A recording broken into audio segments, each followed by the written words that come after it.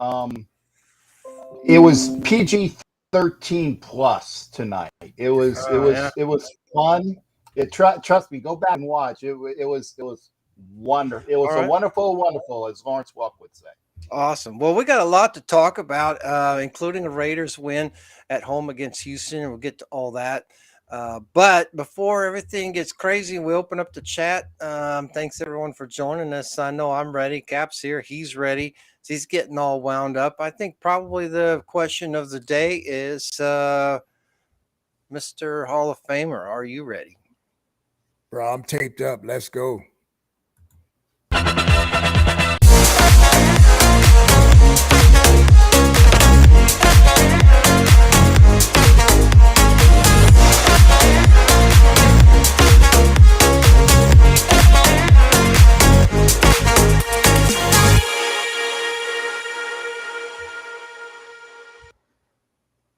Welcome everyone to NFL Nation Live. This is our Week 8 show. Ref Guru along with Violator, the Hall of Famer, and the legendary Pirate, Captain Jack. Welcome, gentlemen, to the show. We're going to open up the chat. Keep it coming. Keep it real.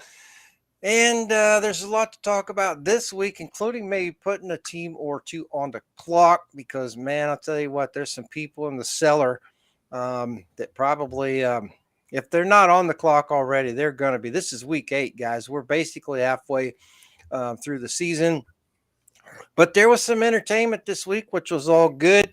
That said, the Saints went into Arizona and they gave the Angry Birds all they wanted, man. They went up 14 to nothing.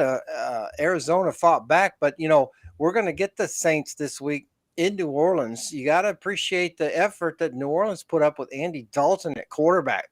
They match up probably as well with us as they do with anybody. So it could be a very interesting or maybe even a very close ball game. But the Cardinals losing one at home doesn't bode well for them. In fact, they're going to go to Minnesota this week and they might eat another one. But from Thursday night's takeaway, you all, what was your thought? You more impressed with the fact that the Saints went up but couldn't hold it, or the fact that the Arizona Cardinals stormed back to finally take one at home? Well, for me, it was the fact that they pulled it all together. Like I say, the defense basically took that game for the Cards at home. That 14-point deficit at the beginning, you could say the Saints couldn't hold that. But like I say, the Cardinals are angry and they clawed back in this thing. And their defense created those two turnovers that kind of sealed the deal for them. Yeah, the pick sixes hurt a lot. But we got to hope that we see the Andy Dalton for the Saints that we saw in the second half, not the one we saw maybe in the first half. But the Saints could hurt us, right, with the running game. Gap, what do you think about that matchup there with because the strength of our defense obviously is Crosby and the guys kind of in the triangle, if you will, from end to end to the middle. So, but the fact that the Saints don't really have what I would say a true tight end, I guess you could argue maybe they do, but not like they used to. They could create some matchups for us, but I think what we got to think about first in that is the running game, right? For sure. And I real quick here. Sorry, I had that cough coming up. My apologies. Yeah, no worries. Yeah, the Saints got one of the best running backs in the league, and Kamara is not in Las Vegas. That's a joke with a rim shot right there. Based upon his troubles that he had at the NFL draft. So no, Alvin Kamara is home in Vegas. Boy, I'm still Freudian. Alvin Kamara is home in Nolens, and he is much better running back at home because, again, he doesn't have to worry about, issues there. Yeah. Alvin Kamara is a hell of a lot of a better running back than Dameon Pierce, and Dameon Pierce was running roughshod through the Raiders defense, at least in the first half. I think he was averaging, I don't know the full statistics, but every time he had the ball, he was pulling 7, 8, 9 yards. In the first half. It was the Raiders defense at the second half that kept them on lockdown a bit more. But at the end of the game, he was still averaging 4.7 yards a carry. And that's a rookie, by the way. Yeah, right. So you get Alvin Kamara in that attack, who's shifty and strong. Right. And oh, by the way, he could catch a pass or two as well. So the Yep. linebackers are going to have to look for that. And that's where you're going to have a linebacker who can actually cover. And I'm not sure if we still have one. I mean, Divine Diablo was supposed to be that guy. Mm-hmm. I'm hoping he is that guy. Or either you play that extra safety, because I tell you, Graham has been playing a lot of extra safeties this year. Right. Maybe his plan is to have a safety on Kamara as a spy, because they're going to need somebody that can actually stay with them, both to come up and hit him on a run and to catch him when he comes out for a pass. Yeah, no, that's a really good point. And I think that would kind of mess up the Saints alignment a little bit. I mean, Andy Dalton is not going to throw the ball down the field and beat you, so to speak. So if we can box them in, if you will, that's a really good point with regards to the matchups there. And I like that idea. It worked well for Dallas when they played them to bring in what they call the strong nickel or whatever they call it. And that might be it. That might be a good idea. Hey, everyone to the chat. Appreciate your comments. Also in week 7, Cleveland went into Baltimore, got beaten by the Ravens. You know, the Browns, as usual, gave Baltimore all they wanted. It was a 3-point game. But the key here is the Ravens got the win. Cincinnati also got their win, if you will. But, you know, the Ravens going to play Tampa Bay tomorrow. And, you know, the Ravens are getting a pissed off Tampa Bay team, and I'm still not sure that's going to be enough. But what's the issue with the Ravens here, guys? You know, they're number 3 in scoring, so the offense is doing okay. But, man, if the defense shows up one week and then takes a week off, you're going to go 8-8. You start doing stuff like that, right? To me, from what I've watched of the Ravens this season, to me, first of all, they need a solid running game and not featuring Lamar Jackson, because he may not make the season again if they keep using him in the way that they are, even though he's fantastic every time he breaks out there. But you're risking that guy getting another ankle injury or something else. On the defensive side, they can score points, but their defense cannot close out teams. They cannot hold those leads for them. So that's they have their own issues. Yes. Yep, exactly. And we're getting into the back half of the season, right? I mean, the old thought process is in November, December, you got to run the ball and play good defense. And I'm not sure the Ravens are doing either one of those. I agree with Ed. Probably the Tampa Bay doesn't make the playoffs. That's okay. As of right now, though, they are the leaders in the NFC South, which I was surprised to see. He said if the playoffs were today, they're the division leaders. I'm like, you've got to be kidding me, but they are. They are, just waiting for Atlanta to finally show up, which they didn't do against the Bengals, and in a big way. I mean, Cincinnati bombed the snot out of those guys. I mean, I almost thought Atlanta might be able to go in there and win that. Well, I think we picked Cincinnati last week, y'all, but I just did not expect the Falcons to go in there and deflate all their footballs and score only 17 points. Cincinnati just bombed the crap out of them. And I don't know. I think that they do that again in Cleveland this week. I think the Browns might not be on the clock, but Cleveland's not doing well, obviously. Detroit went into Dallas, got beat by the Cowboys. I don't think anybody's more frustrated in the Lions than the Lions or maybe the head coach. But the word out of Detroit this week was that the head coaching staff is on notice. So that is not the kind of information that you want when you're Miami and have to go in there and play the Lions. That's not a game I would want to play. Ravens give Brady a purple avocado sandwich.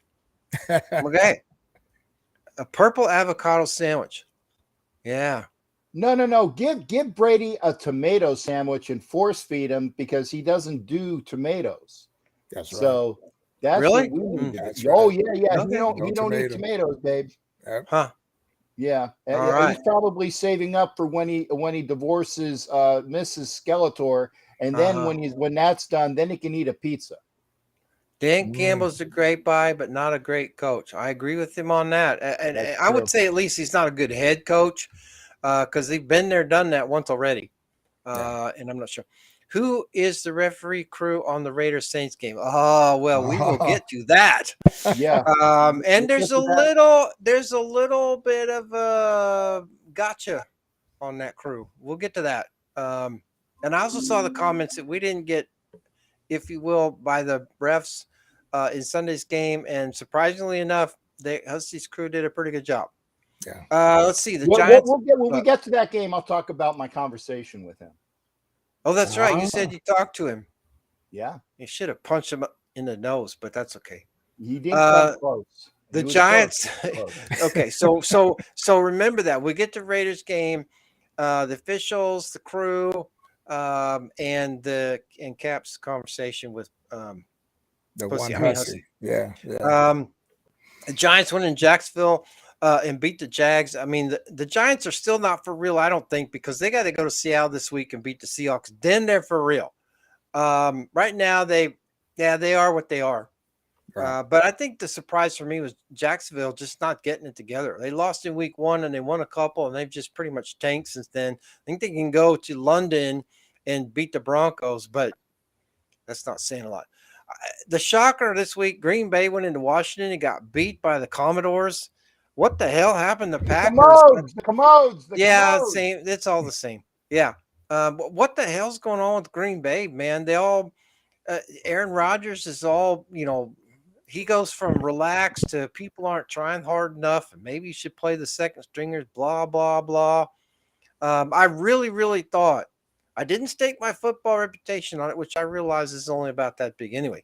But, but I really thought the Packers would go in there and beat Washington, and they couldn't even do that.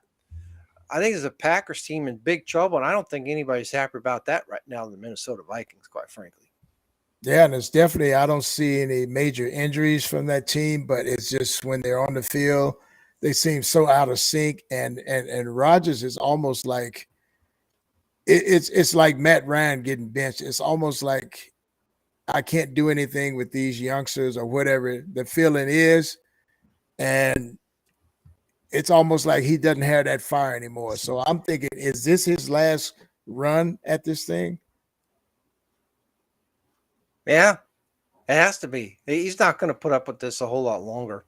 That's what I mean. He's probably not even going to really want to do it weeks 9 through 17.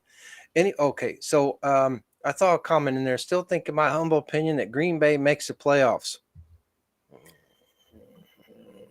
Oh, no, they're going to go to Buffalo, get their ass handed to them, and if they lose any more, they're going to be out.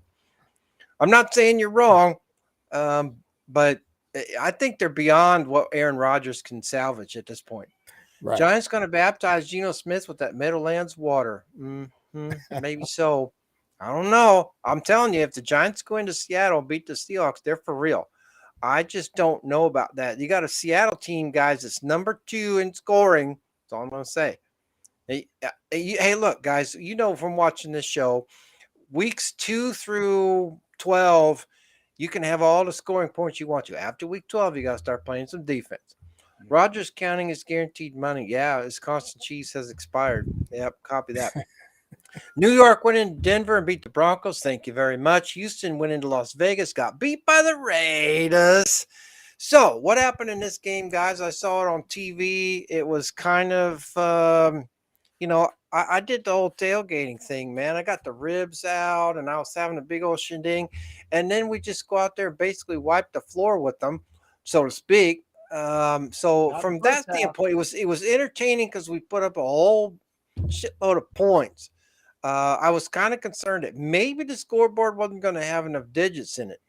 But on the other hand, we gave up 20 points, which isn't good going into playing the Saints in New Orleans. But that said, tell me about the game, what happened, what you liked, what you didn't like. Jacobs ran all over the place. We had a pick 6, I think. Derek Carr didn't game up. Waller still messing with me, but you guys were there. Tell me what happened. Well, look, they came out with a lot of energy, which was great from the jump. They didn't have that typical slow start that we usually have. I'm going to start a campaign for Josh Jacob, hashtag pay the man. This cat put that team that offense on his shoulders, and he ran with his big boy pants on like I hadn't seen him. He's on a mission either to get paid by us or somewhere else. And I know they're watching that tape right now. This guy would be a steal if we let him walk out of the building. Well, I copy on that front. But let me ask you this, though. This is for either of you, but Wayne, you brought it up. something has to happen up front for Jacobs to get that kind of game. So is our offensive line getting better? Man, we spent, I don't know what week it was, week 2, week 3, bashing the snot out of those guys up front that they couldn't block a doorway. They seem to be doing a little bit better last week. The Texans defensive line just that bad, or offensive line starting to get better? What's you guys take on that? I say they're getting better. You can see them gelling, and they're basically a young squad, absent of Miller, but you can see them gelling. And the addition of the fullback, I don't, his name slips me, but I had my eye on number 45, and excuse my French, damn it, that's what we need to give them more of a dose of that, because he was like an extra guard coming through that hole every time. Yeah, Jacob Johnson, and that's one of the reasons why he came into the system, because he knows McDaniel's system. I love the kid that we picked up in free agency that unfortunately went to the Dolphins, and people were upset at us letting him go because he was a real crowd pleaser. But Johnson knows the playbook, and he knows what's going on, and that's why McDaniel's brought him in. And now he's showing exactly the reason why. He can block. He knows what's going on. He can catch the pass as well, and he picks up the blitz when he can as well. So kudos to Jacob Johnson. Yeah, some interesting comments in the chat too. So it's interesting you guys take it on the game when you're actually there watching it. It's obviously it's 3-dimensional versus those of us that are watching on TV. So you get that much more influence, if you will, with the way the Raiders are playing. But a couple of comments in the chat. Credit your Raiders, but in reality, the Texans are a last place team. That's true, but we still beat them, and we beat them by a lot. It's not going to beat them to 20-19. We beat them by a lot. I mean, those points put us in the top 10 in scoring, which I understand still means Atlanta, Cleveland, some other peeps are out there that shouldn't be, but top 10 scoring is pretty good. I mean, Denver's last, so woohoo. Jacobs got the leverage at the negotiating table. Oh, probably. All right. That was good. So Seattle went to Los Angeles and beat the Chargers. What did I do? You're about ready to skip me, and I'm gonna give you the poop on Mr. Hussey. Okay. Oh yeah, that's right. So I was saving that for the follow up, but yeah. Go ahead. Well, no. We can do that. No, let's do it now. What the heck? Okay. So I thought you were about ready to forget me again, and I was about ready to go friggin'. Oh no, this is way too good. I was saving it like some chocolate ice cream with some. Never mind. Go ahead. Tell us all about. It was very, very quick, but I was giving because the stadium actually there was a lot of fans dressed as empty seats in that stadium last Sunday, and that was actually kind of surprising because I've seen the stadium full for all the other games. There were quite a few empty seats. But at least we didn't have to worry about a barrage of opposing fans. The Texans came and they traveled well, but the Raider fans even stayed away. I mean, that's why I actually went over to the other section because I was in the front row with Hollywood and Singh because that whole front section was vacant. So that's why I left my normal seats. Wow. And went down to there. I was going to invite Wayne over, but Wayne was in the party atmosphere over at the Wynn Club. I was wondering, did you catch the person snorting the cocaine behind you or whatnot? No, there was a couple of tokers back there, but and I was surprised they didn't kick him out, but hey. Yeah, I was surprised because I heard about it after the fact. I'm like, you're kidding. Yeah, no, it was real. I didn't see it. It was real. It was a little bit of blow going on there. But anyway, so they can afford it over there. Yeah, exactly. Wayne's in his good spot with Ross Ricks and great crew that was. And we saw him, and I got on with Singh and Hollywood a couple times on the Tron, which was cool. But the best thing was at front row, I was giving it to Hussey because, like I said, the crowd noise wasn't what it had been. So when I talked, God forbid, people could actually hear me rant. And I told Hussey, you suck almost as much as Boger, but you're going for number one. You're going for number one. And I said it a couple different times with those calls in the, like I said, how's it you? And people were, and I don't know, at least the section around me could hear me. So and granted, that's section 121, that's where the referees go off the field. I didn't know that, which was even more beautiful. So when Hussey's going off the field, I even went, because I was like, oh, this is great. I get a bird's eye with this guy. And I go, hey, Hussey, what are you doing? Trying to be the number one bad ref? And I don't, he probably heard, he did not really hear it. He goes, no, but you look real good though. And he left, which was cool that he even acknowledged. He said, no, but you look real good though. And I was like, wow, I got a compliment from John Hussey. So, I mean, I definitely had to share that with everybody because, the fact that he actually, bantered back. Yeah. Because a lot of times they won't. A lot of times they're not supposed to. Yeah. But he actually said that to me. I said, I got to tell people. I got him to come out of his shell a little bit to get that little repertoire going. That made me feel good. That made me feel good. So who was sitting next to you? Well, we had Singh, the gentleman with the turban. Uh-huh. And he's of Punjab extract, great guy. And then on the other side was Hollywood, who I go to all the games with, and Hollywood's wife was over there as well. So you really sure he wasn't talking to those two and not you, or? Oh, come on, man! Come on, man! I'm gonna give you the Chris Carter. Come on, man! Come on, man! All right. You would say no, but you look good.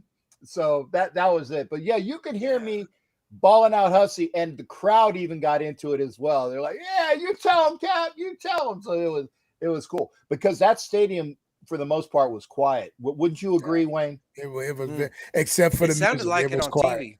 It was quiet because when Brian Gumbel isn't drowned out by the crowd, it's not a very good crowd.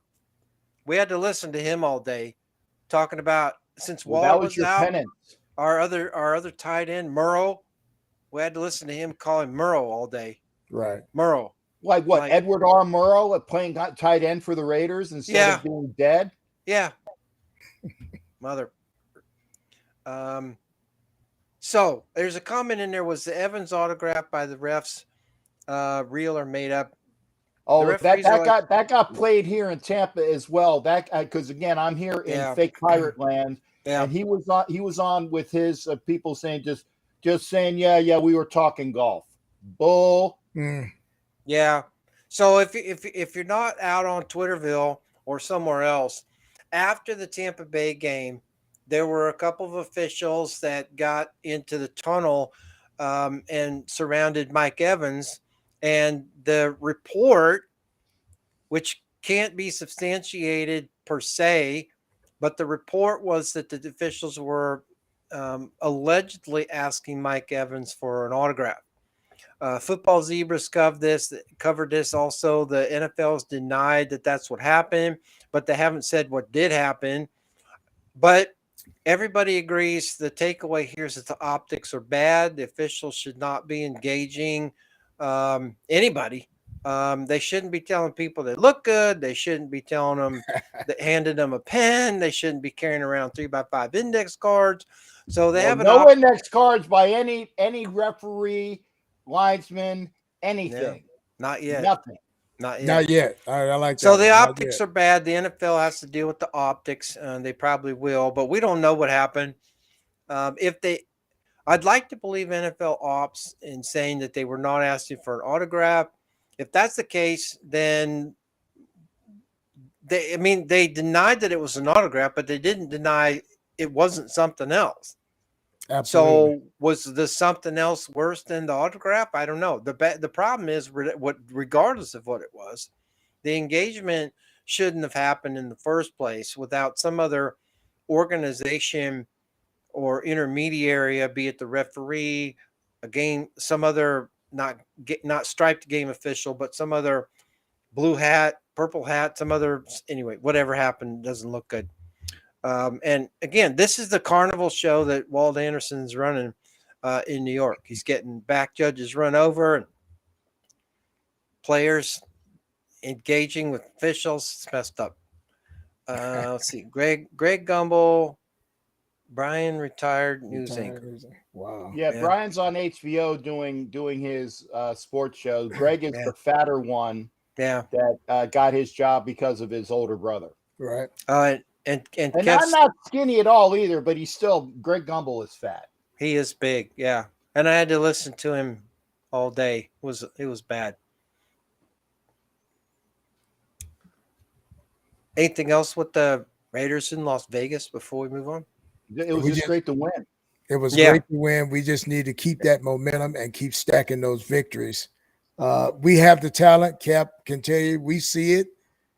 Yeah, it's just about execution, and like your guy Bill said, Coach Bill would say, just do your job. Well, we're hoping that the Saints are getting us at a bad time. But that said, Coach B, they played the Bears Monday night. He did not get the win to put him past George House. The Bears looked like they were all going to the Super Bowl. The way the NFL about that. That was bullshit. That was already predetermined, and somebody didn't get the payment. Okay, and we're going to look into that. So I know. They did. They did. Coach, they did get the payment. They wired it down to those officials in Tampa Bay. Gave it to Mike Evans. I think the payment was made by Chicago by some guy from Capone's mob that came back. Either Capone or Anthony. Pick an Italian name. Billy Two Thumbs or whatever. Johnny Brazzi. All the boys there in Chicago must have intercepted the payment, or maybe they intercepted some of the wives or whatever. But I just know it was BS. And that's all I'm saying. And it's on to whoever the hell we play next week, but I'm pissed. Yeah, I don't blame you. So a couple of questions in the chat. First one, I want to come back to this one, but it says, who do you guys think is the biggest shocker and the biggest disappointment? I don't know if you mean throughout the NFL or with the Raiders. Most announcers on the Raiders games are pathetic. That's true. We get Iron Eagle again this week. Great win. That's why I'm glad I'm watching the games live. Yeah, great win, but we should have put the game away earlier. Probably. No argument. I heard the footballs were a bit deflated. Yeah, so were the fans. So the question from Gabe: who do you guys think is the biggest shocker this year, or the biggest disappointment? I don't know if he means for the Raiders or the NFL in particular, but let's go with the NFL. Who's the biggest shocker? New York Giants. As far as good or bad. Yeah, well, I think the biggest shocker good would be the Giants. I think the biggest disappointment's got to be the Packers. Teams. Yeah, I would say the Jets. Yeah. Well, I think the Giants are for more real than the Jets are, but yeah. Giants. And I think the biggest disappointment right now is the Packers, quite frankly. I mean, aside from us? Yeah, I would name us first. Yeah. Okay.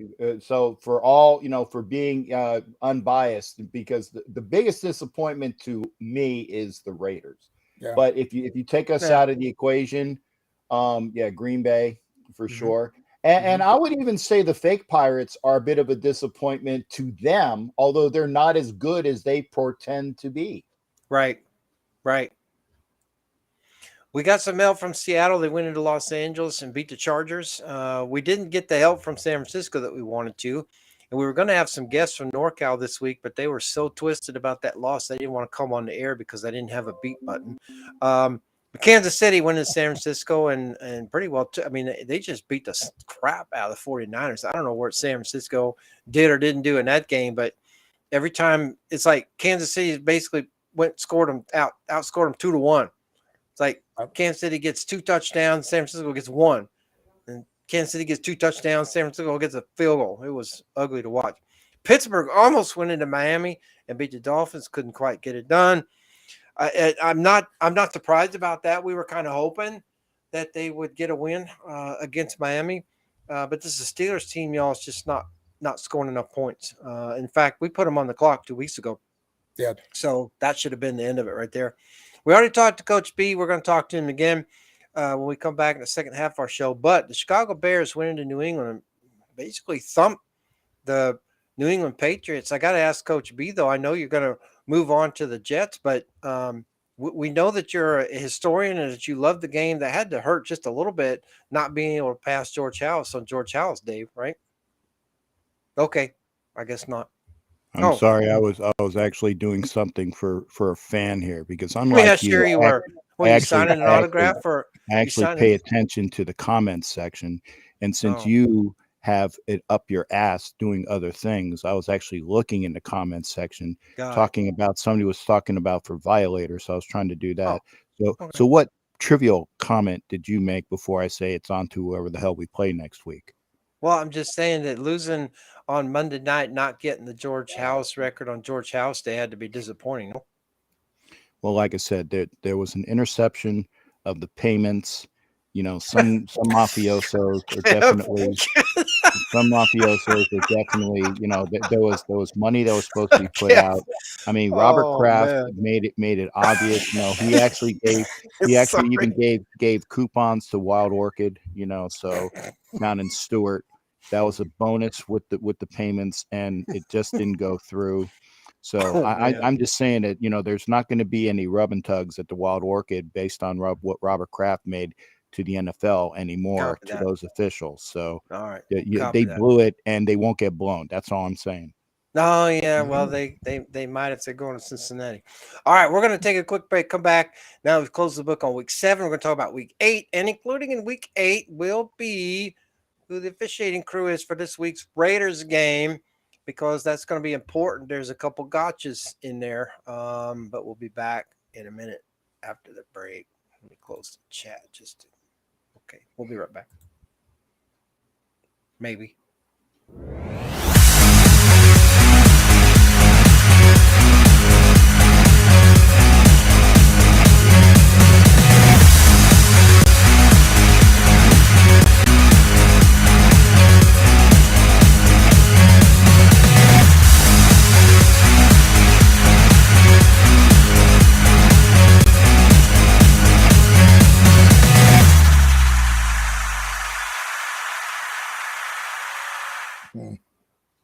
You are watching NFL Nation Live with Ref Guru, Violator, and the legendary pirate Captain Jack. We have closed the books. Oops, sorry about that. Open the chat. We have closed the books on week 7. I got to do it. I'm very sorry to the esteemed ref, but Van City definitely says that he gives you all the props in the world, Violator, big fan. And just in case you missed it in the comments, he wanted to make sure that you knew that. He says, can you please read? So I will. So I'm doing that. Thank you know, because I actually take care of people, unlike, you know, that snot-nosed Coach Belichick, okay, who comes in here, thinks he owns everything, you know, pays people off. You know, that's Coach Belichick. But me, being Captain Jack, make sure that things run smooth. No, I appreciate that. We need that on this show. But kudos, because you guys are the only reason why we're here. I'm just here for the looks. You guys are here for the content. So that said, the Ravens are going to go into Tampa Bay to take on the fake Pirates. See, the fumble, blah blah blah. I like the Ravens on this one. You know, you'd like to think that the Buccaneers are going to turn it around, but I just don't think they are. And I agree with the chat and with what you said earlier, Cap. I mean, the Buccaneers might accidentally win the AFC South, but it's a token thing at this point, because I think even whoever wins the AFC South is going to be the first one out in the playoffs. But anyway, what do you guys think? I like the Ravens on the road in Tampa Bay against the faux Pirates. I'm looking at the chat here. There's a question about the trivia. Do we have a trivia tonight for them, Ref? We might. Yeah, other than the name of the place that Robert Kraft gets his rub and tugs. Oh, that was going to be the one. Dang it. Jeez. Or okay, not the name of the place, because I've already named the place. What city is it in? And no, that's not the trivia. But if you can answer that, then, you know, at least you'll be able to go there when you're down in that neck of the woods. That's all I'm saying. Don't call it neck of the woods, man. That's just messed up. That's funny, but that's messed up. Okay, well, if you're from Indiana, you get that. But yeah, exactly. Oh, yeah. Okay, let's see. Is there a trivia question tonight? What should our trivia question be? Okay. Keep going. Carolina going to go to Atlanta, play the Falcons. Don't really care. But I tell you what, if Atlanta, we'll go to Denver. But if Atlanta wants to turn this thing around, they got to get it going. And they got to get it now. We're into week 8. This whole discussion about there's a lot of football have to be played is BS at this point. So nobody wants AFC or the NFC South, I guess. But if Atlanta wants it, they didn't do themselves any favor getting beat last week by Cincinnati, so they could go one up, so to speak, by beating Carolina, and who knows what Panther team's going to show up. Denver going to go into Jacksonville and play the London Jaguars. I don't hold out much hope for Denver in that one. They're last in the NFL in scoring. Jacksonville could beat them just by showing up. No? I'm taking Jacksonville at home in this one, guys. I don't think Denver can put up enough points, and I think Jacksonville, in the comfort of their own arena, will definitely do a little flexing themselves.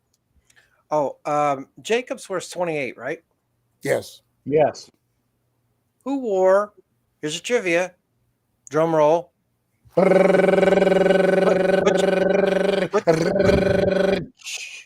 Just the one was good. Thank you. That's not what she said. DCI in here.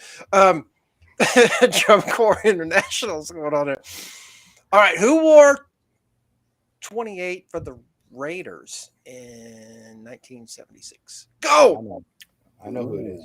Yeah, nice. You do. I'm waiting on the chat to light up. Oh, come on, people. That's so easy. Jeez. First one in, gonna win a t-shirt. Unless you don't want a t-shirt. They're cool. They wax your car with them. Eager. Who's I Eager? think he's trying to say Van Egan, and that's no. Van Egan was 30. What are you snorting a mile-high round table? Come on, Kev. Clear weed? You're better than that, Kev. Yeah. You guys don't know who wore 28 for the. What's wrong with you people? They only wore 28 for the Raiders in 76. He wore, on either side of that as well. But 76, we won the Super Bowl. So, yeah. All right, Chicago going into Dallas, get beat by the Cowboys. I don't think anybody really cares about that one. Miami going to go to Detroit. I think they're going to get beat by the Lions. What do you guys think? Detroit or whatever. Detroit. Yeah. What's the question? The question is who wore 28 for the Oakland Raiders in 1976? That's Josh Jacobs' number now. Who wore it for the Raiders in 76? Van Egan didn't wear 28. No, he wore 30. Clarence Davis. Got it. Finally. Mike Sarah got it. Mike Sarah. Yeah. Matthews right in there. I think Matthews going to run us all out of prizes. We'll have to send him something else. Cliff Branch, come on, that's messed up. Come on, Jay. Come on, Cliff man. Branch? No, Cliff Branch. Okay. All right, so we have a winner, Mike Sarah. Mike Sarah. Yeah. Mike, send your name, address to NFL Nation Live. Yeah. Shipping address to NFL Nation Live. And shirt size. .com. Yes, and shirt size. Name, address, shirt size, and Violator will send you a t-shirt. Clarence Davis is the sea of hands. Indeed, he was. Yes. The one guy that couldn't catch a cold. Couldn't catch a cold in the winter. Yeah. Yeah, he caught that one. And you know what? The messed up about that?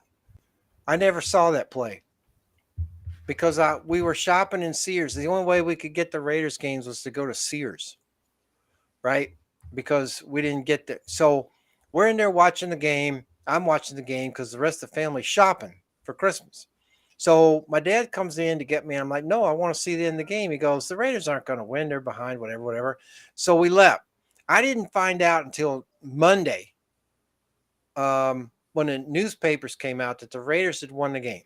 My dad felt so bad about that. He said, from now on, I will never take you away from a Raiders playoff game. And he did. Good dad. Good dad. Yeah. He knew I was so bummed about that. And it took me a while to figure out what happened because getting any kind of news back in the day was like, Right. was it Well, that's Sears why Roebuck people back watch then? Monday Yes, it night. was cool. Yep. Yeah, that's why people watch Monday Night Football for the halftime highlights That's with right. Cosell. Oh, and Cosell talking about, because they didn't have BSPN. no, they didn't have No. anything. The Monday They night had the highlights was the halftime highlights from That's Howard right. Cosell. That's Yeah. right. That's right. And oftentimes the Raiders were often in those highlights, but sometimes they're playing the Chargers. They weren't in there. Right. So it was, man, it was hard in the Midwest to be a Raiders fan. Let me tell you, it was not easy. Yes, it was Sears Roebuck. Even Send harder your in the shirts back. South. Yeah. All right. Was that when you were watching Sears Roebuck for the lingerie because you couldn't afford Playboy, and you'd go to the Sears and Roebuck and look at the pictures and look for the smut there? I'm just saying. Because when we got the catalog, my mom ripped all those pages out. All I could There see you was the go. football Okay, stuff. good Christian family. There you go. Mhm. Something like that. Arizona going to go into Minnesota, get beat by the Vikings. Las Vegas going to go into New Orleans to take on the Saints. This one, guys, we had a little bit touched on earlier. This is a big one because we need to prove that we can win against a decent team in a tough environment on the road. And we're going to stay on the road, I think, because we got Jacksonville the following week. But let's talk about the Saints. We like the matchups. If we can put the running back into triangle, if you will. But one of the other questions, and we'll get to the alignments here in just a minute. One of the questions was, who's the officiating crew for this game in New Orleans for the Raiders? And the answer is Scott Novak is the referee. That's the good news. Well, we are 3-1 with him roughing. Yes, but on his crew this year after the changes, this is what I don't want to hear. we have a Coleman and a Boger. Oh, we have Walt Coleman Jr. at the line judge and Trey Boger as field judge. Scott Novak's okay. Raymond George, the umpire, he's a no-nonsense kind of guy, so not too worried about that, although I think he's 50-50 on the holding stuff. The only one that I really like out of this crew is Meslow, who's the side judge, veteran official, worked a bunch of postseason games. He's pretty darn good. The rest of the crew, I don't know. I don't like it, but it is what it is. It sounds like that Coleman Jr. and Boger Jr. is a setup right there. You think? Mm-hmm. Yeah. So remember last week? Remember in last week's show when we said, "Well, we're going to get the win, and we might not be talking about the officiating," which we didn't, but there might be some setup calls that we want to discuss because we're going to see them later. Didn't happen. I was quite surprised that wasn't the case. But the other two things that we said did come true. We won the game, and the officiating crew was otherwise pretty good. But I want to carry that over to this week because this week maybe we just got our weeks mixed up. But we may or may not be talking about a win next week, but we might very well be talking about some calls that we might see again. So I'm going to pay close attention to this game, just as we tried to do last week. Even though the officiating stuff didn't come to fruition, maybe somebody's listening to our broadcast and they're like, "Hey, maybe we should the Raiders this week." Yeah, maybe. But we'll see. But I don't really like the crew. Of course, we could say that about 78 or 80% of the crews. 80%. 80%. But at least so far, we haven't had Mahalik as the umpire, because he's just on the back of their jerseys is their position, right? And for the U is the umpire. Well, he's just missing the F in front of that. Yeah. Okay. Yeah. That distinct title. I got you. What is your favorite Raiders team ever? Well, Cap and V probably aren't going to say because they're better ambassadors than I am. But I got to tell you, Jack, I was at the Rose Bowl in January. What? Ed, you lucky son of a bean. That 76 Raiders team was a favorite because that was our first Super Bowl win. Mm-hmm. So if you got attached to the Raiders and you followed them and then they won the Super Bowl, it's really hard to displace that team, especially since my idol played on that team. Right. But so if I had to say a favorite, I could go with 76. I think the most talented was our 83 team. 83 team. But that's what I'm saying. A whole bunch of Hall of Famers from both those teams, quite frankly. But from a talent perspective, because, we won the Super Bowl in the 1980 season. In 81, we crapped out. In 82 was the strike season. We should have done better there. We got beat by the Jets in the playoffs. So we win the Super Bowl in 83. I think Plunkett was hurt a lot in 84. So we had number 6 Mark Wilson throwing crap to nobody. And so that was 84. And in 85, we should have gone back to the Super Bowl, but we got beat by the Patriots. In that game, we got screwed by the officials because but we got screwed by the officials in that game because that was the payback for 76. Yes. When they said, the Sugar Bear Hamilton didn't bash the hell out of Stabler. Well, he hit him in the head.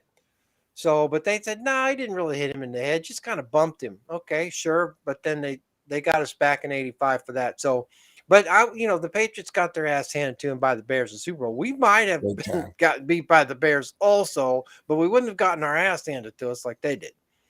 But the Bears are pretty good, so I'm not sure we would have won that one, but we would have given them a hell of a game.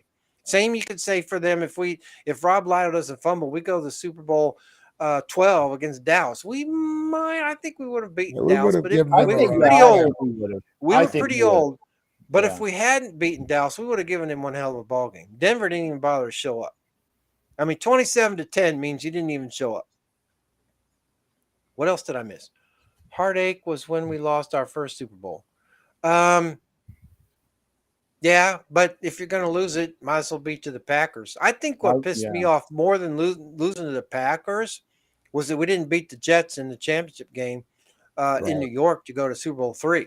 And then we didn't beat the Chiefs to go Super Bowl IV. That's because Otis Taylor. If you watch that sideline catch by Otis Taylor, he's out of bounds on that. They never should have gone there, but they did. And then we lost to the Colts, blah, blah, blah. Yeah. And the Colts went to Super Bowl V. You can see as Raider fans, we got tired of losing the AFC championship game or AFL championship game, whatever it was. We got tired of losing those games. But anyway, we finally got them in 76, and that was enough. But there were some characters. I mean, you talk about characters. There's no characters bigger than that 76 team. You're talking about Villapiano and Matusak and Hendricks. Sistrunk. Sistrunk. I mean, just on and on and on. Well, what about Phil, who was very pissed off that he couldn't have both of his? I want to have both of my names on the back of the jersey, like Van Egan does.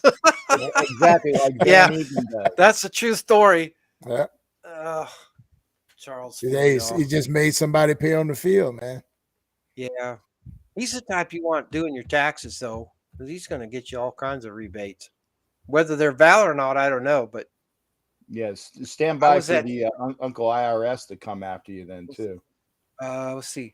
Matt Millen punched Patriots. He did. Oh yeah, I saw that. Yeah. Not quite hard enough, but Denver forgot how to play offense. Denver's forgotten a lot of things. They might have forgotten how to play baseball and basketball too. Let's see. Ed's gone to too many Super Bowls. Man, we need to have him on the show. We talk Super Bowls. I feel bad that Denver is in the situation that they're in. It's unfortunate. I know you don't, but offense. But I think everybody expected more out of the whole Russell Wilson thing. It just hasn't happened for whatever reason. Did you guys see the meme that has? You find it in like the Spirit Halloween store, and it's called what is it? Not fake. It's another word. It's a synonym for fake. Okay. And it's a costume and it's fake and it has a picture of Russell Wilson on it and it says 2-4 record, only cost you $235 million, and the packaging is wonderful and it's another word for fake. I apologize, but I just saw it. I said, now that took incredible artwork to do the way that you would have the real Spirit Halloween costumes there, so that was fun. Richard Chase says the team did this to themselves, can't fix Yeah. stupid. Now we only have one option: fire the coach again. What's up, Rich? Wow. Wow, man. We can send him back to Green Bay. We'll take Bisaccia back. Oh, hell yeah. Some kind of up trade. Where were we? We got sideways really fast. New England going to do New York, take on the Jets. Coach B, you got beat by the Bears. You're going to take on the Jets this week. This is a team that you were the head coach of for what, like 30 seconds? It was 15 minutes. Let's get that shit right. Okay. It was 15 minutes. 15 minutes. Okay. So you're going to go into New York this week, take on the Jets. Can you beat the Jets? Or are the Jets going to land your plane for you? Well, you know what? This stuff about the Jets being a good team. I have a lot of respect for Rob Saleh. I really do. Hey, they won Super Bowl III. Yeah. How many Super Bowls you actually won? Well, I mean, it goes without saying. Actually won.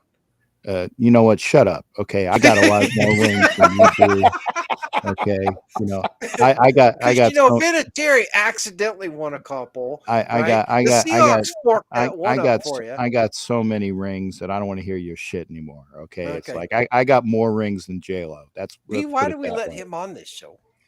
Hey, man, because I'm coach. It's his story. You're coach, yeah. Coach I'm B. Coach B. You can't keep me off the show. I'm Coach Belichick. I kept Robert Kraft out of that stuff down at Stewart. By the way, it was Stewart. I heard Captain Jack was talking about that Wild Orchid place. Great place for a rub and tug, but I can't admit to that in a court of law. But Crafty told me about it. It's Stewart. It's Wild Orchid. Make sure you're there. Coach Matthew says that the Bears are who you thought they were, and you let them off. Let them off the. In deference to my very, very good friend Dennis Green, may he rest in peace. Who? Denny Green, yeah. Come on, man. Keep up with the fucking program, okay? If you don't know what I'm talking about, man. No, I know Denny Green. You're making me swear. This is not good for the kids to watch. I know Denny Green, man. He was at Stanford. Yes. He was with the Vikings. He was with the Cardinals. Yes. I got Coach B. I got a story for you about that. Listen to me. I sent a letter to Bill Bedwell telling him that at the time they were looking for a new coach that they should hire Denny Green. And I got a letter back from Bill Bidwell that says, thank you very much. And he didn't acknowledge that I was right, but they hired Denny Green. And I have the paperwork to prove that, just so you know. Okay, well, how much? By the way, Amy Trask wanted you to be the head coach of the Raiders, but and I know that, and they hired some damn asshole named Gruden, and the things have been changed since then. I should have been the coach of the Raiders. Yeah, we wouldn't. We could have cheated our way to 6 Super Bowls. Damn right. and Al and I had a very good rapport going. But the only reason why Al did not hire me was because Al was a defensive guy and he could put, Gruden under thumb, so that Al could continue to work his defensive stuff by calling people on the phone. He wasn't doing that with me. And that's the reason why I didn't get the job, because I went in the office and I told Al the way it was. And out of respect, he said, Bill, I see good things for you in other places, but it should have been my job. That's all I'm saying. It should have been my job. So, Coach, one of the questions in our chat is, how many starting quarterbacks do you need? Well, when you got a kid whose name is so weird that you don't even know if it's a soft drink or a sexual position, you have to figure out what's going on there. What is a zappy? Actually, I think that's what I thought you were talking about something else. So I'm glad you clarified that.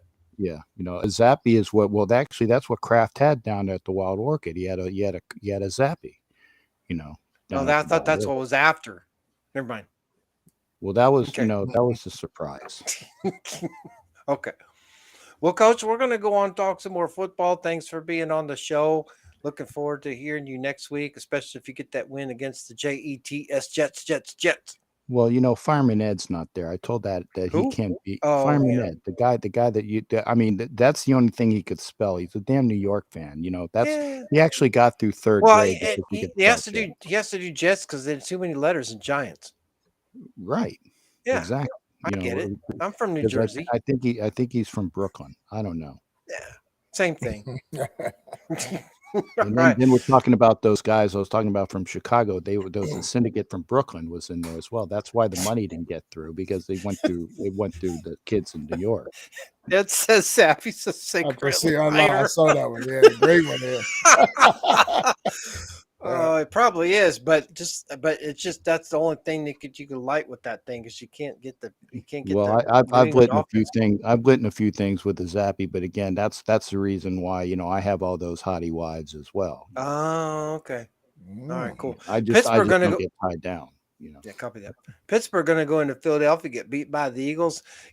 This is just, you can't even call this a trap game. I mean, Pittsburgh's going to put on a good face, but they're going to get their ass handed to them by an Eagles team that's going to go 7-0. Tennessee going to go into Houston and get beat by the Texans? I think so. What do you guys think? I think the Texans are way overrated. Well, they're like 4-2, but I think they're way overrated. I know they beat the Colts last week, I think, or whatever, but no. I think they're going to get beat by Houston. Yeah, I'm taking Tennessee in this one on the road. Really? I think Houston was kind of overrated, and we played down to that Down talent to our level. comp, yeah. So Yeah. I'm taking Tennessee. Okay. It may be a landslide. Okay. I just don't think Tennessee's putting up enough points. Not that Houston is either, but Tennessee is, where are they in scoring?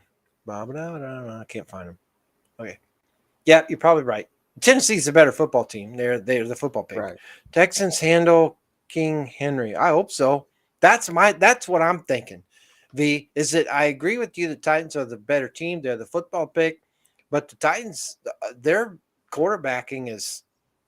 I think it's actually worse than the Saints right now. Well, but they don't need a quarterback, because again, you saw how Jacobs can run 140 on them. What do you think King Henry's going to do?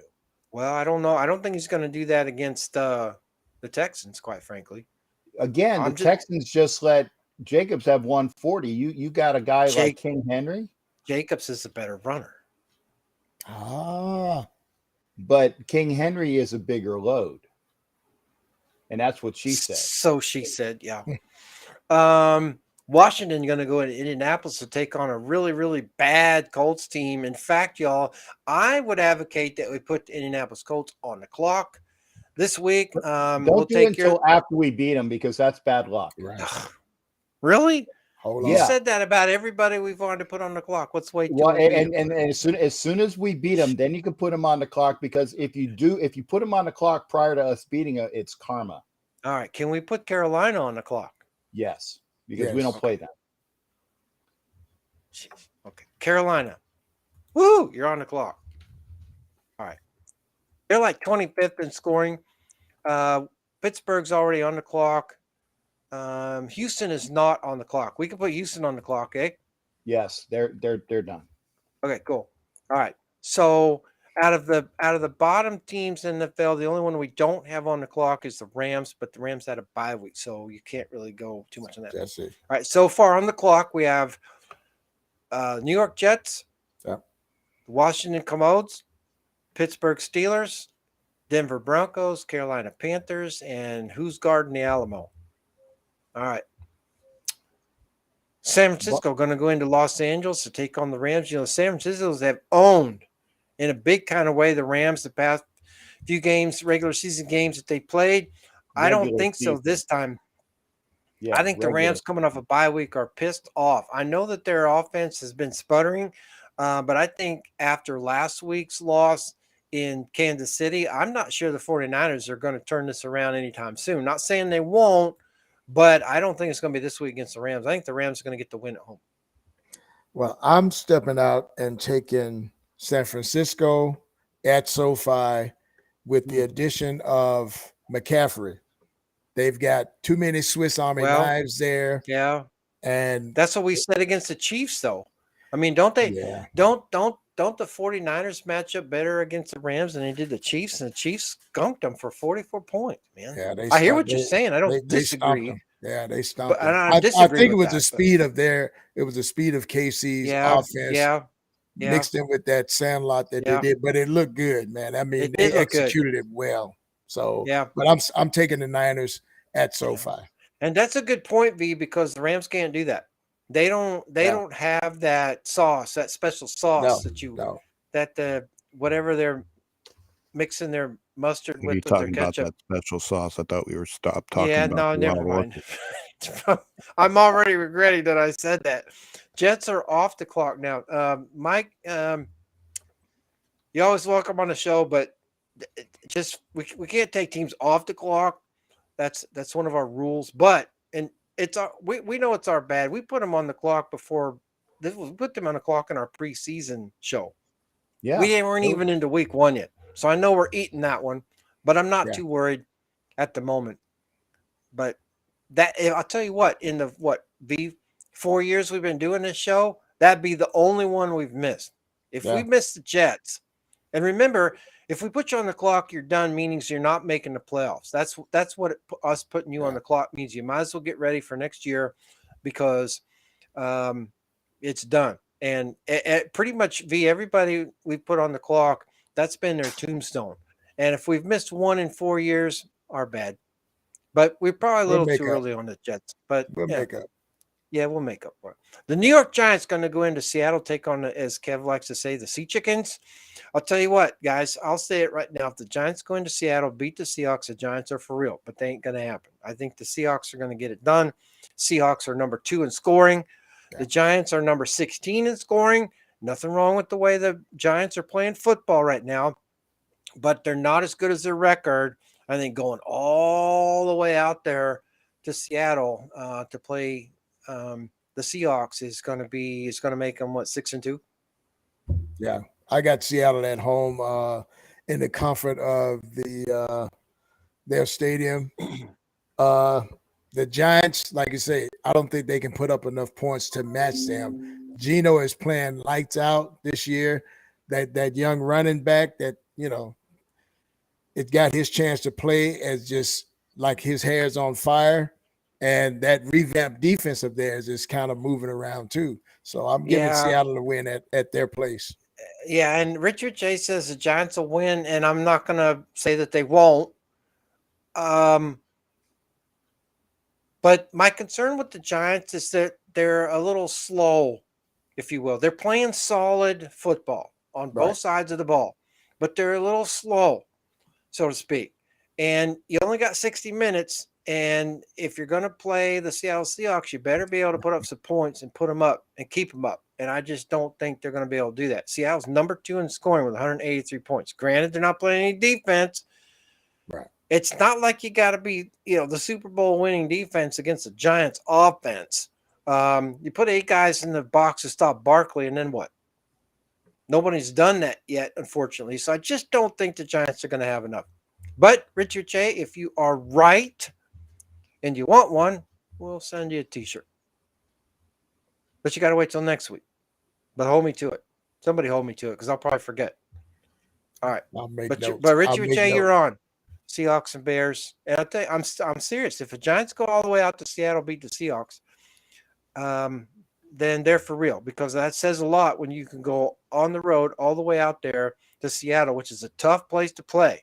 Not the toughest, but a tough place to play, and beat the Seahawks. I think the other thing could be a factor too is the weather, but maybe the Giants don't care. Green Bay going to go into Buffalo and get their house painted. Their Rodgers. Yeah. They're gonna get their lunch money stolen, their house painted, the car jacked up with all the wheels stolen, their wings ordered to go. He wears a Richard Chase. I wear a 2X. Okay, Gotcha, my friend. All right, duly noted. No Cowboys have the hardest schedule in the East. Other 3 teams will fold. Oh, okay. Tito, it's Philadelphia's all day, bro. Yeah. Did we talk about the Eagles? Oh, yeah, they're going to beat Pittsburgh. Oh, yeah. All right. Yeah. Okay. Well, Richard Chase says 2X. Now, back to Buffalo. I think the Packers could all of a sudden decide to put on some ruby slippers and snap their heels, but they're still going to get their ass handed to them. You guys have any way the Packers, with the way they're playing, going to Buffalo and beat the Bills in primetime on Sunday night? Cool Kev said it all. Richard Chase says the Bills win by 14. Now I know you're smoking a really high quality Denver, Colorado weed there, my friend. Yeah, but remember, he's up in Canada. Oh, so he's Bills smoking win by Canadian, 14. Yeah. he's I'm smoking sorry. Yeah. Canadian Yeah. weed. He's smoking Yeah. Canadian weed. Ed says, I think Green Bay wins by 4 in Buffalo. Well, the game's not till 8:30, so they could win by 4 o'clock, but I know what you Yeah, meant. right. Right. But the game not till 5:15. Yeah, I got Buffalo in might- this one, man. They might win something by 4, but Yeah. Sorry, Richie. I said you're right. I A think free order of Buffalo wings, but Yeah, I got Buffalo in they this could one. have and the an whole easy freaking win. bucket, V. I mean, is there such a thing as a bucket of wings? Because that's what it's going to look like. I think when the schedule came out, NBC was like, "Oh my God," but I don't know. We have BC, but up here. Okay, good. The Monday night game, Cincinnati going to go into Cleveland, take on the Browns. I don't know what Browns team's going to show up, but if the Bengals team shows up that played last week, which maybe they won't, I know it's a division game. Here's the thing, though. The Ravens probably win on Thursday night. Cincinnati, if they win on Monday night, essentially the division is still, if you will, even. But a loss here is really going to hurt the Browns. So if Cincinnati goes in there and wants this game, they can win it. They're playing like they're starting to come together. And if that is, it's going to be scary. It's not going to end well for Cleveland. But I just think a loss here doesn't mean you put the Browns on the clock because Cleveland's number 7 in scoring. So they're putting up points. But you get to be, we talk about points and why that matters in this game. But at some point, you got to play some defense and you have to start looking at winning your home games in your division. Just don't know if the Browns are going to be able to get it done. Yeah, and Kareem Hunt is looking to be traded out of there. He wants out, I guess, for lack of playing time or the way that they're using him. That offense seems to be sputtering, in the midsection of the season here. And maybe it's quarterback issue. I don't know, but they have not looked like the same Browns from the season ago. Says you guys did this last year about the Giants and they won in Seattle and they will win again. Did they go to Seattle and win last year? Apparently so. I mean, I don't remember it, but if Gojo, I've had a Mountain Dew since then, so I don't remember either. But if that's the case, well, screw us. What do we know? Yeah. The Bengals quarterback is too good. Yeah, I agree. So is the rest of the team. And I think, quite frankly, the Ravens are in trouble. I think they'll beat Tampa Bay on Thursday, but that's just a respite for them with the way that they're playing. If this game, if I was going to call this now, division comes down to basically the Cincinnati Bengals and then maybe the Ravens and the Steelers and Browns are both at the bottom. Cleveland probably by accident because Steelers just aren't scoring enough points, but Steelers aren't going to be able to turn it around, and a loss in Philadelphia against the Eagles this week isn't going to help. But well, I hope that they forget how to play football on Christmas Eve. That's all I care about. There you go. Talking about the Steelers? Yes. Well, they might unless the weather's bad. Well, the weather will be bad. It's the 50th anniversary of the. Oh no. Mm-hmm. Yeah. It's the 50th anniversary of the Deception game, and they're retiring Franco's number at halftime. Oh, and you know what? We haven't had Boger yet. Don't say it. Oh, that'll be our Christmas. That'll be our Christmas present. That'll be our Christmas present. You know why we never get? Well, never. I won't say never, but I don't know. Last year, I don't think we got Vinovich. Isn't Vinovich no chippy? Yep. Yeah. Yep. Okay. Yep. He is. We might need to call that one though for sure. We'll have to keep an eye on that. What week do we play Pittsburgh? It's close to the end. It's like week 15. Okay. 1, 2, 3, 4, 5, 6, 7, 8, 9, 10. Yeah, because we so there's Pittsburgh, then we play New Year's against the Niners, then we play 17 against the Chiefs. So I was right, week 15. So there will be one official that we don't get, just like you said last week, Cap. Yeah. I think there's 18 crews because every officiating crew gets a bye week. Super. Let's see. Ref, looks like you missed my super. No. They and Jack, it's not. He gave it to me. It was a $2 super. Thank you there. I just saw it. but it was on my YouTube. So thank you for the super. It was $2, which Appreciate it, Jack. normally gets you a saying. Yeah. And I will bring it to you. He says, New York Giants are balling out. What does that say about Patrick Graham? I don't know. Not doing my taxes. Well, it's a whole new staff, though. I mean, he was with Dable brought in a whole different staff there, so he brought some decent people with him. So that's why Graham was available. Interesting. Steelers quarterback is definitely so small hands can't trust him. Well, yeah, I think a lot of the NFL is just complicated, but maybe. I think Kenny Pickett's going to be, if he's talking about Pickett, I think Pickett's going to be fine, but it takes a while, Yeah. I mean, look at Peyton Manning. He sucked when he first got in there. Imagine that. Took him a while to come around. I think he's wearing a gold jacket now. I like that, Kev. Graham, Gunther, same thing. I agree. Yeah. Cool there.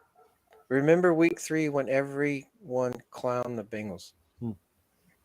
Okay. Well, as we get into week 8, we're getting halfway. Let's go around the table. Cap, what's on your mind this week? What's on my mind is that, and again, no offense to Southwest Airlines, but they cost me vacation hours because of that extra day or the night that I had to spend in Dallas, which allowed me not to work as many hours on Tuesday that would be. So hopefully I won't get screwed over. And again, I will say this now, Southwest Airlines is the best of the airlines that I've been on because at least they put me up into a hotel room where I got a 2.5 hour nap. They didn't give me competent fees to get there. And I need to remind myself I got to send them an email so I can get some more money. But my mind is on Nollins and seeing some people and having a great time with Raider Nation. Rilla's going to have his birthday party out there. So it's going to be good times in Nollins. Hopefully we won't see Raiders on Bourbon Street like they were in Super Bowl, 15. I don't want to see any Raiders on Bourbon Street. I want them locked up in the hotel room for sure. Right. Go in there, beat the Saints. And I want it to be a better game than the opener in 2016 where we went into Nollins and beat the Saints. That was what I want to see. Remember Jalen Richard's first carry in the NFL was like a 50-yard touchdown. I want to see something like that. Well, and that was the Drew Brees-led Saints. Now we got the Andy Dalton-led Saints. So, yeah. I mean, the Saints can hit you. So that's the problem that we have Sunday is we have to match. It's like V said earlier, we have to match the intensity and not play down to or parallel to our competition. Right. We got to go there, run the ball, execute, not turn it over. And like some of the folks said in the chat, don't settle for field goals. Get the ball, get a couple scores, go up 17-0, and let's, figure out a way to win this thing. V, what's on your mind? Same thing. Cap, safe trips down there. Wish I could make it, but the bank says no. I'm just looking for us to go down to New Orleans and take the energy from this victory that we had Sunday, take it to New Orleans. Yeah. Shut that crowd up, and I'm sure our fans will represent wildly. So I'm looking for a great game between the two teams. Well, I'll be watching the officiating crew. A couple people on that crew I'm not fans of, but it is what it is. Taysom Hill is dangerous. He is. Oh, yeah. He is. I'm telling you, the Saints are going to create some problems for us. Again, they put up 34 points in Arizona, so we better bring our A game, or it's not going to end well, officiating-wise or otherwise. I got a quick question for everybody here, and we talked about it a little bit on the Wild Wild West show with getting rid of Hankins because, again, he wasn't going to fit into the plans next year. He went to Dallas, right? He went to Dallas. We basically upgraded a 7th rounder to a 6th and got rid of him for a guy that was not going to be there next year, which means we need to see better production out of the rookies. But I think they saw enough of them that they're going to insert them into the lineup. The question is, though, will the Raiders get that extra player prior to the trade deadline?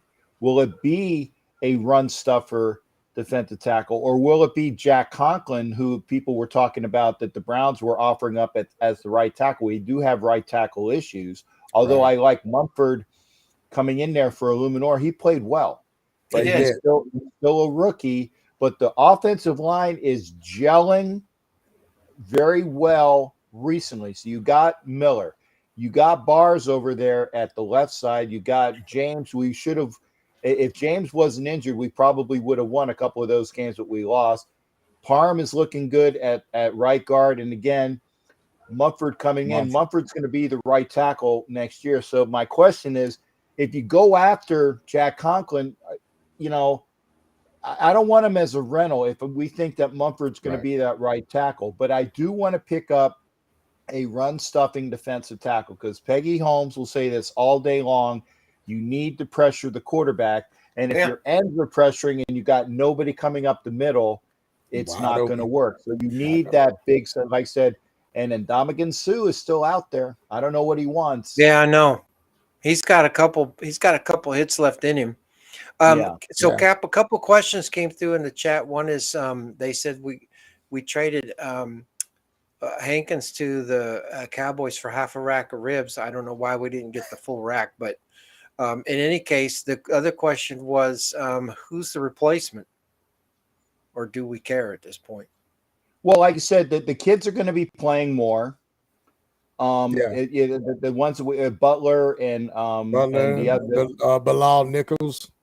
Well, yeah, Bilal Nichols. He hasn't shown a lot though. No, he hasn't shown a lot, but for what we wanted him to do, he played well last game. I actually saw him actually participating a little more. Farrell's playing well, coming into that when he's coming in, not as the defensive end, but kind of like the defensive end tackle. Yeah. He's played well. Vickers is going to be getting some spots, but we need to see more of an improvement out of the rookies, the kid from Tennessee and the kid from LSU, and I get them all mixed up. So it says Dennis Allen says that Winston is healthy, but they're going to play Dalton as if they want to tank these games. I'm fine if they want to do that starting this week. Start tanking. Yeah, I mean, just throw in the whatever towel they have in there and the Gatorade cooler and everything else. But if that's the case, and I'm not saying it isn't, but if it is, then it seems all to me, Dennis Allen once again has lost the team in the locker room, which doesn't bode well for him or Campbell in Detroit. Could see some changes there maybe. Right. Raiders not playing the backups at defensive end. That's assuming we had any. Yeah, Raiders. Well, Coons and the kid Bowers. I'd like to see Bowers out there. Yeah, definitely more. Raiders lose, they're on the clock, not until they drop out of the top 10 in scoring. But maybe. Not saying they're not, but points matter. Scoring points means something. So they put up 48 points on the Saints, even in a loss. I don't know. I think they put up 48 points, they're going to win. But I think they're going to need at least the 34 that they gave up, that the Cardinals gave up. So we'll see. Dalton got cement feet. Max Jones Farrell should get there. Well, I hope he does have cement feet. Hopefully he's got his right elbow in it too. Definitely. But and let me ask you this: how is it that on any other quarterback, the hit that Derek Carr takes against the Texans would draw 5,000 flags? And then Carr gets a beat out of him on that one play. No flags anywhere. Nothing. The only flag that was thrown on that play was the one that landed on my living room floor. I hear you. And to be honest, I didn't see it. I mean, I was watching the play. Excuse me, developed after Carr got rid of the ball, so I didn't see what transpired afterwards. I just saw Carr writhing in pain on the turf, and everybody's like, "Oh wow, there's the season." Yeah, and if that had been Tom Brady, there would have been ejections and flags and a moment of silence and all this other. Gruden won his appeal in higher court. Well, good for him. All right. I think we need to wrap this show up. Thanks, everyone, for joining us for week 8. We will again be back for week 9. Hopefully, the T-shirt winner this week sent their information over. Richie Riche is in for a 2X if the Giants go in and beat the Sea Chickens. But hopefully, we're talking about a Raiders win next week, or we're not talking about a Raiders loss and some officiating that went sideways on Sunday. But let's keep an eye on that. For everyone out there, thanks for joining us. We appreciate your participation. Don't forget, too, that Captain Jack has his own shows out there. You need to follow him, like, and subscribe. V's also out there with as guests on other networks. Make sure you're following him on Twitter so you can keep updated on there. Mile High Roundtable is up there, including Richard Che and the Wild Wild West Show. There's a lot of good content up there. Like, follow, share. We're all in this together. We want to support each other. But the most important thing is that, these brands are on Twitter. Violator's on Twitter. Captain Jack's on Twitter. I'm on Twitter as RefGoo, but we're also out there as NFL Nation Live. So make sure you're following us because you never know when something's going to pop. You're going to want to go, hey, what was that? I didn't find out. Well, it's because you got to like, follow, share, subscribe, all that crazy stuff. All right, everybody. Take care of yourselves. We'll see you next week, and we'll see. Maybe we'll have Coach B back on next week. See if he found a way to beat the Jets. Take care, And make sure you are there for the Daryl Hobbs interview, 11 o'clock Eastern, a special show having Daryl Hobbs talking about the American Spring Football League. Yeah, you're wrong if you missed it. Take care, everybody. We'll see you next week.